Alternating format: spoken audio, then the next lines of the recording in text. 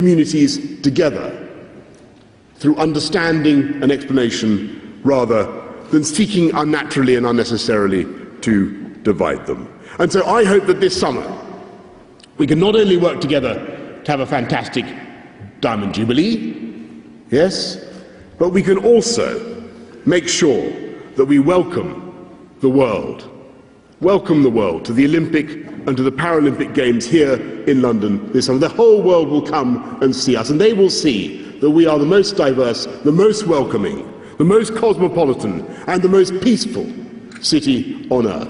And your community plays a huge part in putting that message across. Thank you very much for everything that you're doing, and thank you very much for having me along tonight. Thank you.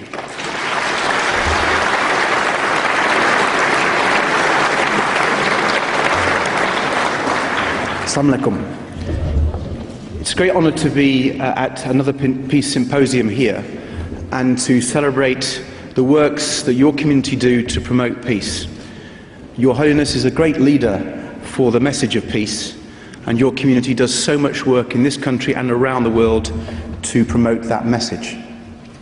My new responsibility as Secretary of State for Energy and Climate Change, I'm particularly aware that climate change is a threat to peace in different countries, between different countries and around the world, and that might strike some people as odd.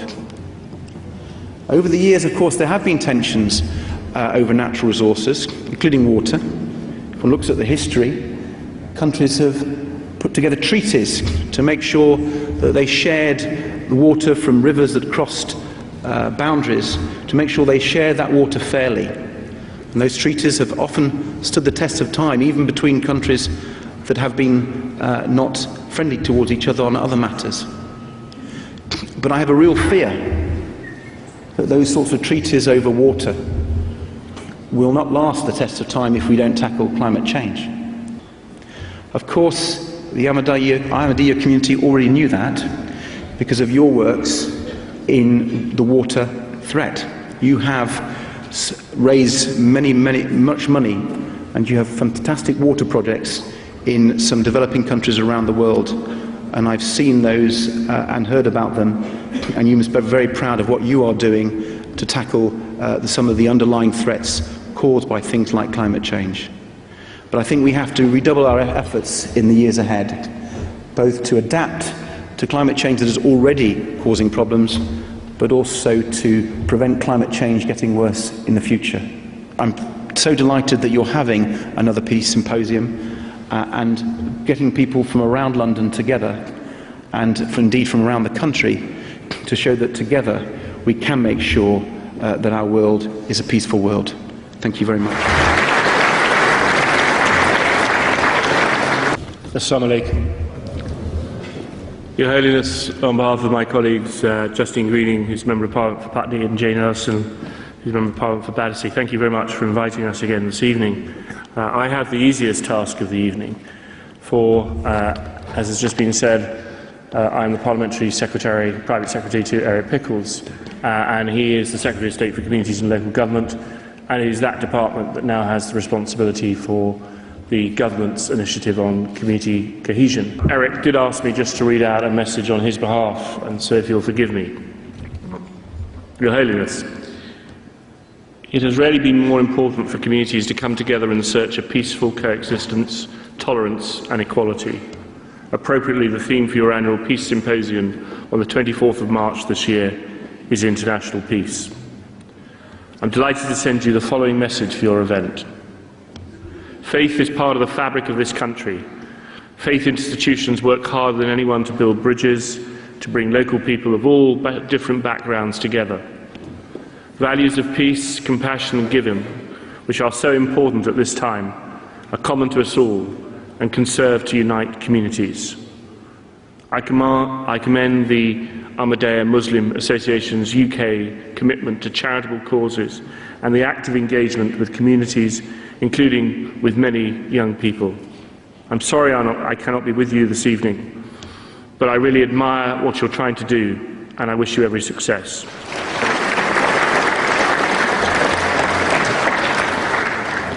Assalamu alaikum.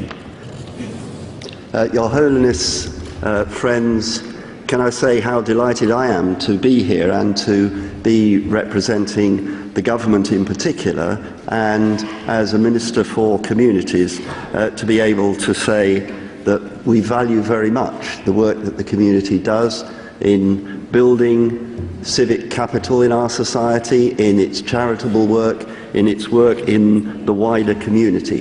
And of course this event today is another signal of the importance that you put into building that community cohesion.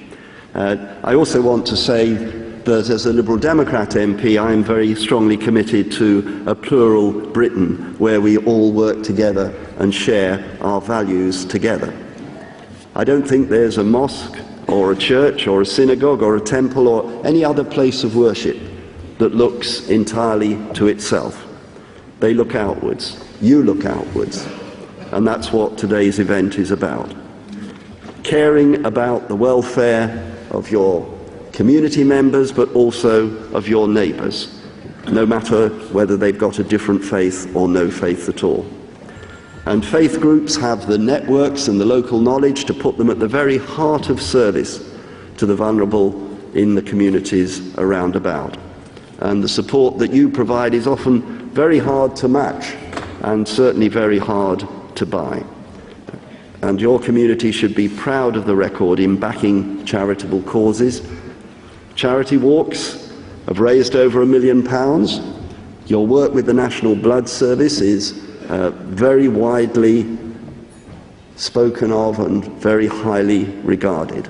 And I want to commend your hard work in trying to build trust and mutual respect between people.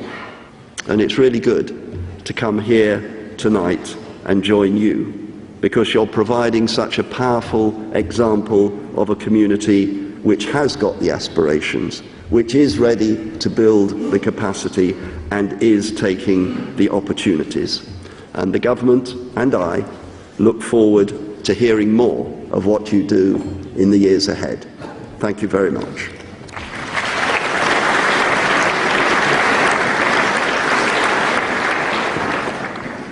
Kurum Salam. Thank you for your kind invitation.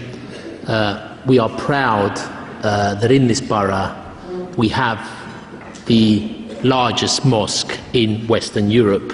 We're proud of your community, proud of what you do, proud of your community cohesion and your contribution to peace within this borough. This is a borough of 200,000 people in 80,000 houses. Living in one of the greenest boroughs in London, an 18% green area. The average in London is 10%. But interestingly and most convincingly, 37% of the community is now BME, and it is one of the safest and one of the most cohesive communities in London, and I pay tribute to you all for that.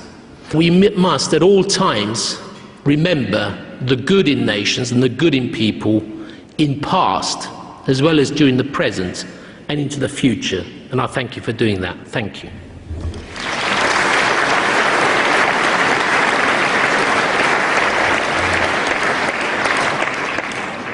Assalamu alaikum.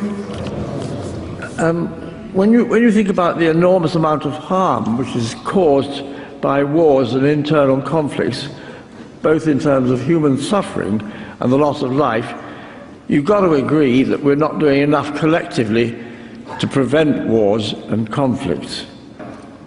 So I very much welcome the enormous contribution that, as we've heard, has been made by the Ahmadiyya Muslim community to the debate on how we can promote peace across the globe. It's astonishing how quickly the struggle between capitalism and communism evaporated, but now there's an emerging conflict between an ideology based on hatred and fear and one that's based on love and tolerance. And that, as you know, is the slogan of the Ahmadiyya Muslim community: love for all, hatred for none. If that's a message that we can spread across the globe, then we'll cure all these conflicts.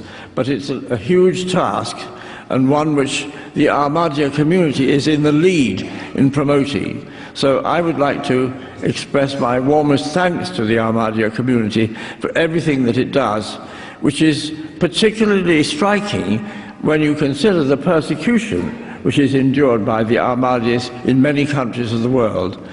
It's a tremendous tribute to their religion and to the wonderful work that they do all over the world that this contrast exists between the persecution of the community in places like Pakistan and the charitable and peacemaking work that they do in so many countries, 133 countries across the globe. So I'd like to express my warmest thanks to the Ahmadiyya Muslim community for everything they're doing in the cause of world peace.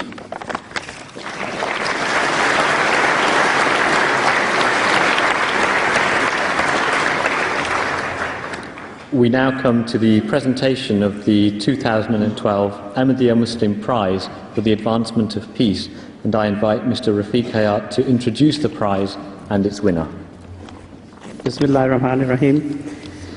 The Ahmadiyya Muslim Prize for the Advancement of Peace was launched in 2009.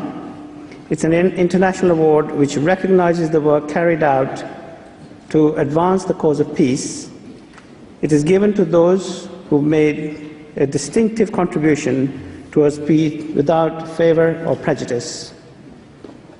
It gives me great pleasure to announce that the winner of this Peace Prize for 2011 and 12 is SOS Children's Village UK for its work with children across the world and especially in Africa.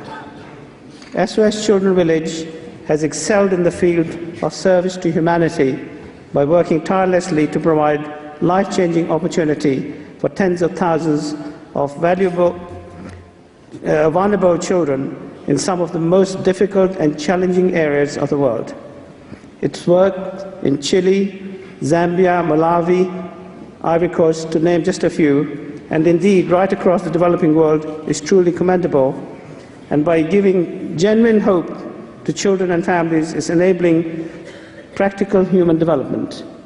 SOS Children's Village is part of an international federation, and it operates 518 villages worldwide with 80,000 people in its care. And the program that provides medical treatment for nearly 500,000